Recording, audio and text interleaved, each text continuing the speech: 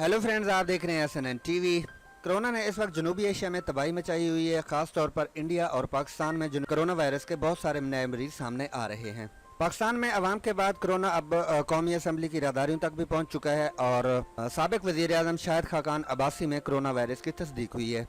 इसके अलावा वफाकी वजीर रेलवे शेख रशीद अहमद में भी कोरोना वायरस की तस्दीक हुई है।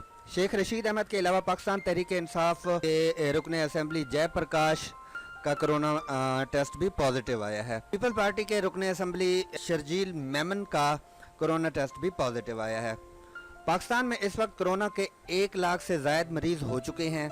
पाकिस्तान में इस वक्त 1,03,671 कोरोना के केसेस हैं, जिनमें 2,067 की डेथ हो चुकी है। इसके अलावा 38,108 लोग जो हैं वो रिकवर हुए हैं।